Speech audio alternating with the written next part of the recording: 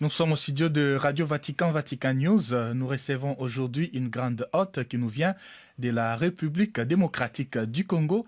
Elle vient de rencontrer sa sainteté le pape François. Avant toute chose, nous allons accorder la parole à notre hôte pour qu'elle puisse se présenter. Vous avez la parole. Merci beaucoup. Je me nomme Fifi Masuka Saini, Marie-Thérèse. C'est mon nom de baptême. Et je suis la gouverneure de la province du Lualaba, dans le sud de la RDC, avec comme chef-lieu la ville de Kolwezi. Et on l'appelle aussi la capitale mondiale du cobalt. Voilà, vous êtes Madame Fifi Masuka, comme vous venez de le dire, gouverneur de la province du Lualaba, mais vous vous trouvez actuellement à Rome. Vous avez été reçu en audience par le pape François. Tout d'abord, quelles sont vos impressions après avoir rencontré le Saint-Père ?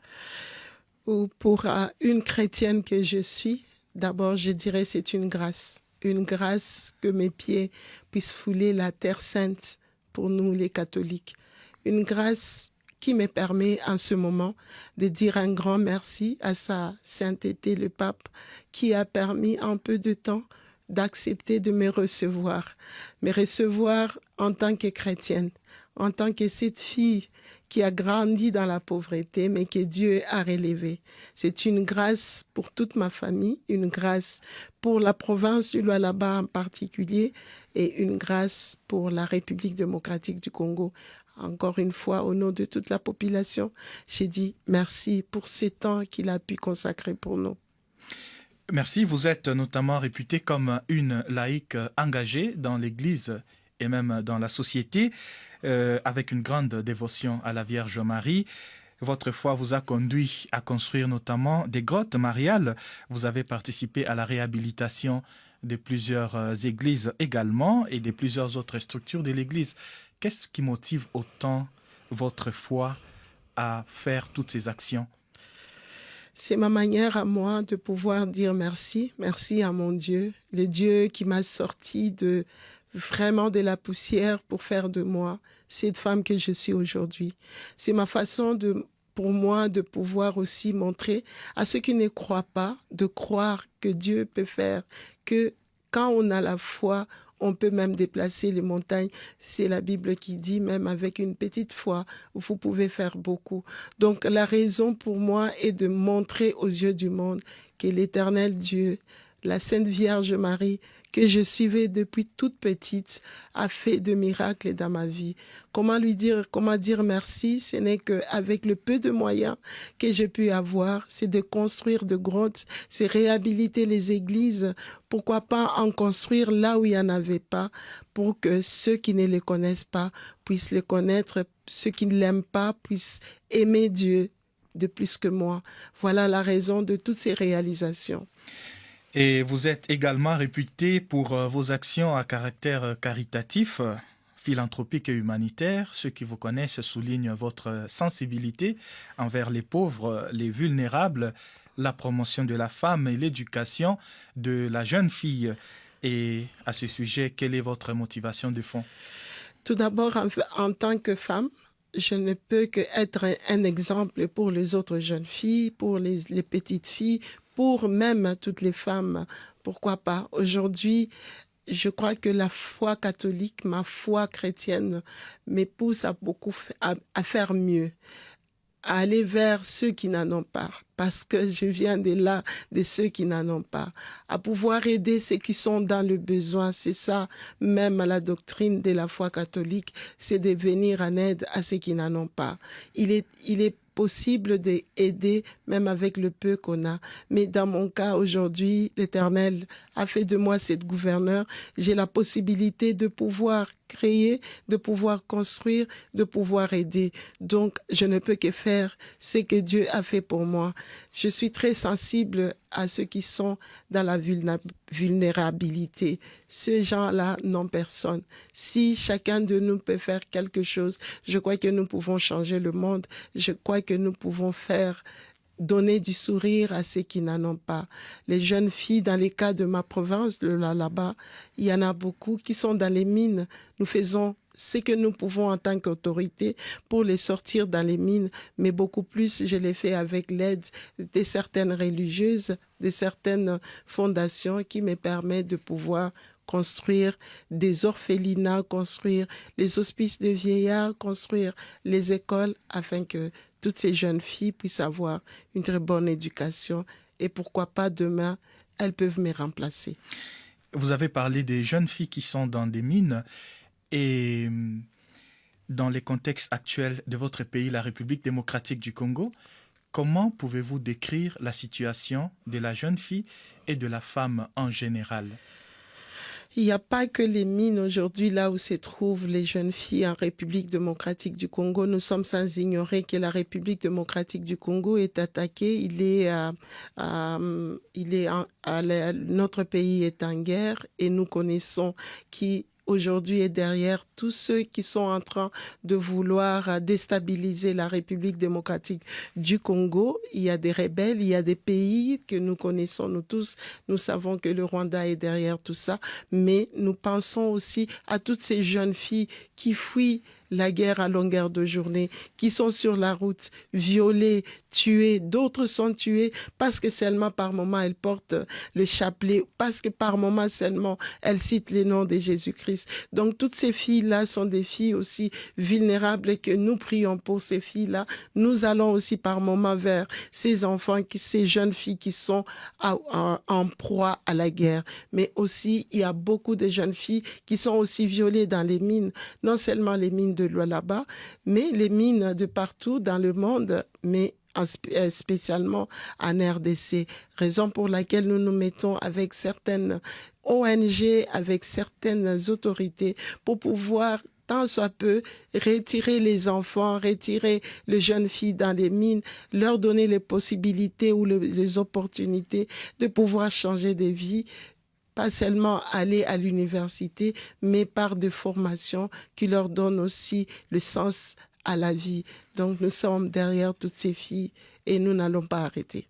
Oui, vous n'allez pas arrêter et concernant surtout l'éducation, la promotion, qu'est-ce que le pays doit faire pour améliorer la situation de la jeune fille dans le Lualaba, mais aussi dans l'Est où il y a la guerre, mais également dans l'Ouest et dans le Nord, partout où, en tout cas, la situation de la jeune fille, de la femme est à déplorer?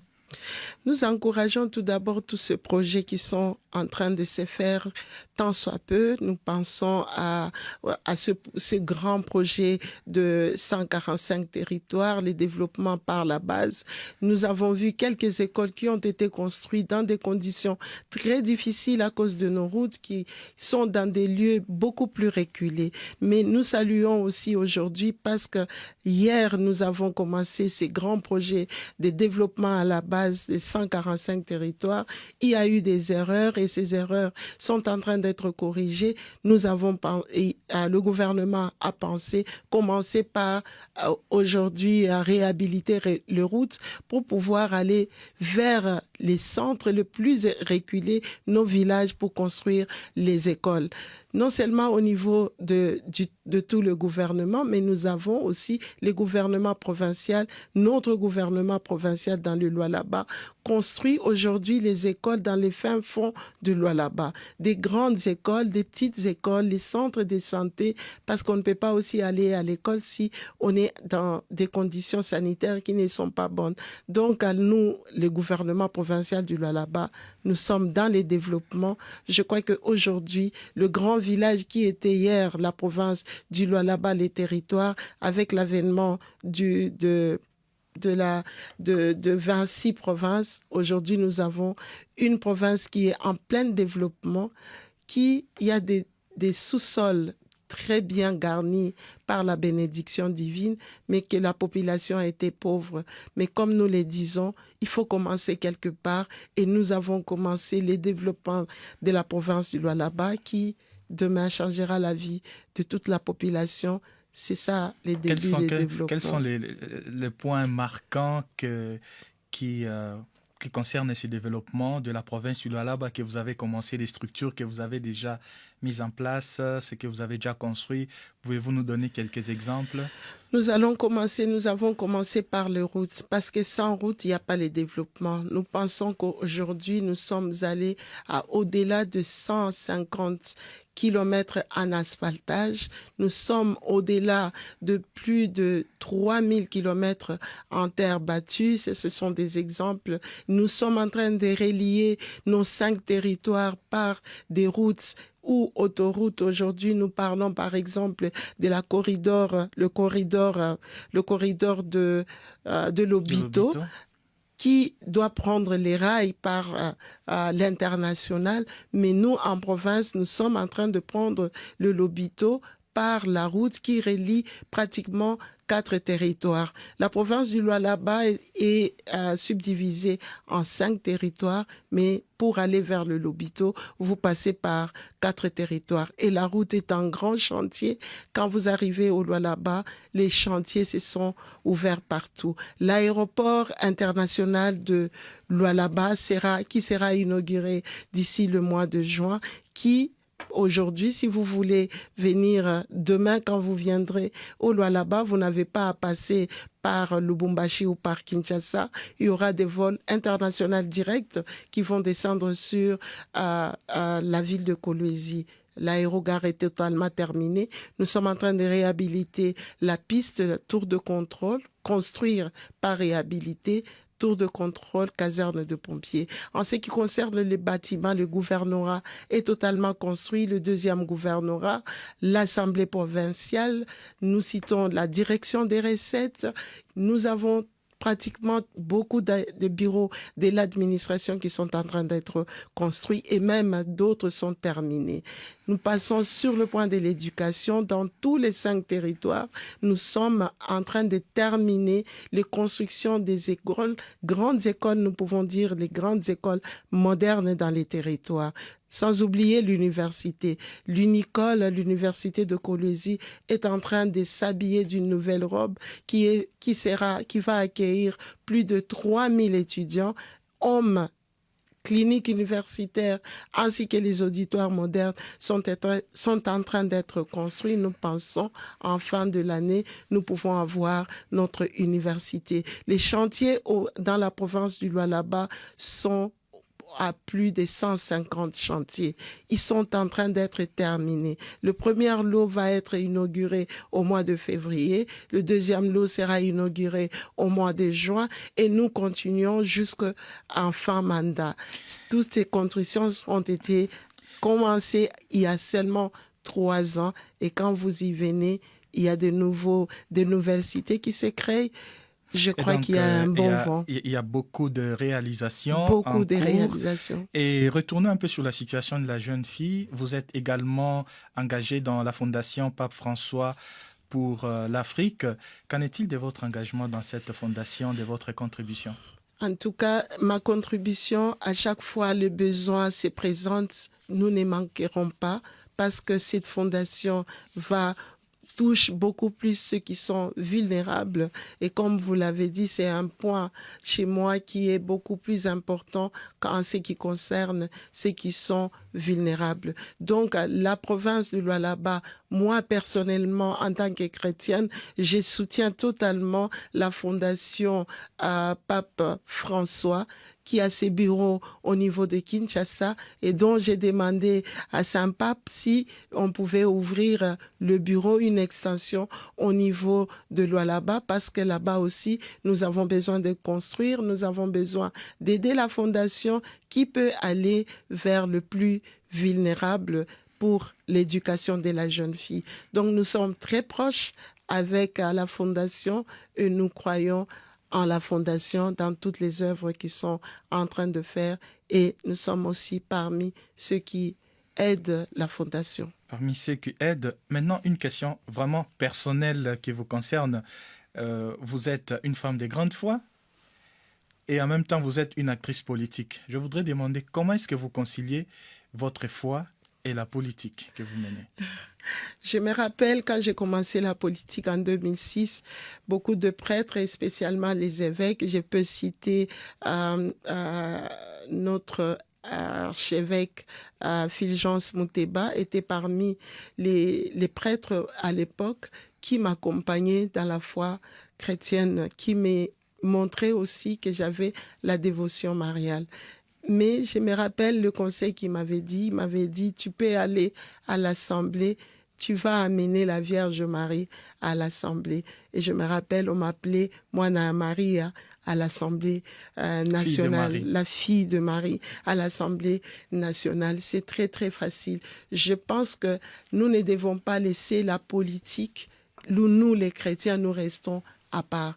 Nous devons être dans la politique, dans les prises de décisions, parce que nous sommes ceux qui sont en train d'encadrer d'une manière chrétienne la population du monde, et nous pensons que la politique encadre cette même population-là. Et si nous restons en dehors des décisions qui doivent se prendre par rapport à la même population, parce que c'est parmi la population, c'est toute la population pour moi, nous connaissons Dieu. Donc, nous pensons que être à la table de prise de décision est une bonne chose pour en tout cas tous les chrétiens, et spécialement nous les catholiques. J'invite tous les autres catholiques que nous devons être à cette table-là afin que nous puissions nous battre avec les autres, discuter avec les autres et que nous puissions prendre les bonnes décisions en ce qui concerne la population chrétienne et spécialement les catholiques que nous sommes. Et la politique, entendue bien sûr comme un service qu'on rend à la société. Bien sûr. Et en tout cas, nous sommes à la fin de notre interview. Il ne me reste plus qu'à vous demander votre mot de la fin. Avez-vous quelque chose à ajouter, un appel à lancer? En tout cas, d'abord pour ajouter, je continue à dire merci à notre Saint-Père qui a voulu me recevoir moi avec toute ma délégation. J'implore aussi toutes les politiques qui sont autour des tables pour pouvoir soit combattre la RDC, soit chercher la paix. Nous pensons combattre la RDC n'est pas une bonne chose. Nous devons apporter la paix à cette population de la RDC qui, pendant plus de 30 ans, est en train de perdre les martyrs. Aujourd'hui, nous sommes en train de célébrer la journée des martyrs en RDC, mais les martyrs continuent jusqu'à cet instant où je vous parle. Il y a ceux qui sont en train de mourir. Donc, nous appelons à la paix en RDC. Pour toutes les personnes de bonne foi, ceux qui peuvent prier pour la RDC, je leur demande de prier en union de prière pour cette paix-là. Et je demande à certaines personnes, toutes les personnes de bonne foi, qui peuvent aussi intervenir dans des fondations telles que la fondation de Pape François, de pouvoir intervenir afin que nous puissions toucher les plus vulnérables, de nous accompagner par le conseil, par les prières, afin que nous puissions réellement construire la RDC. Tout est possible, même quand on commence par les très bas. Merci. Merci à vous, Madame. Et bonne année. Fifi Masuka, bonne année à vous, bonne année à la RDC qui aujourd'hui célèbre évidemment la journée des martyrs de l'indépendance. C'était le 4 janvier 1959. En tout cas, nous souhaitons toute la paix à ce pays continent de l'Afrique centrale et aussi un grand développement. Et à vous, une très bonne année et un grand succès dans vos initiatives. Merci pour l'invitation. Merci beaucoup.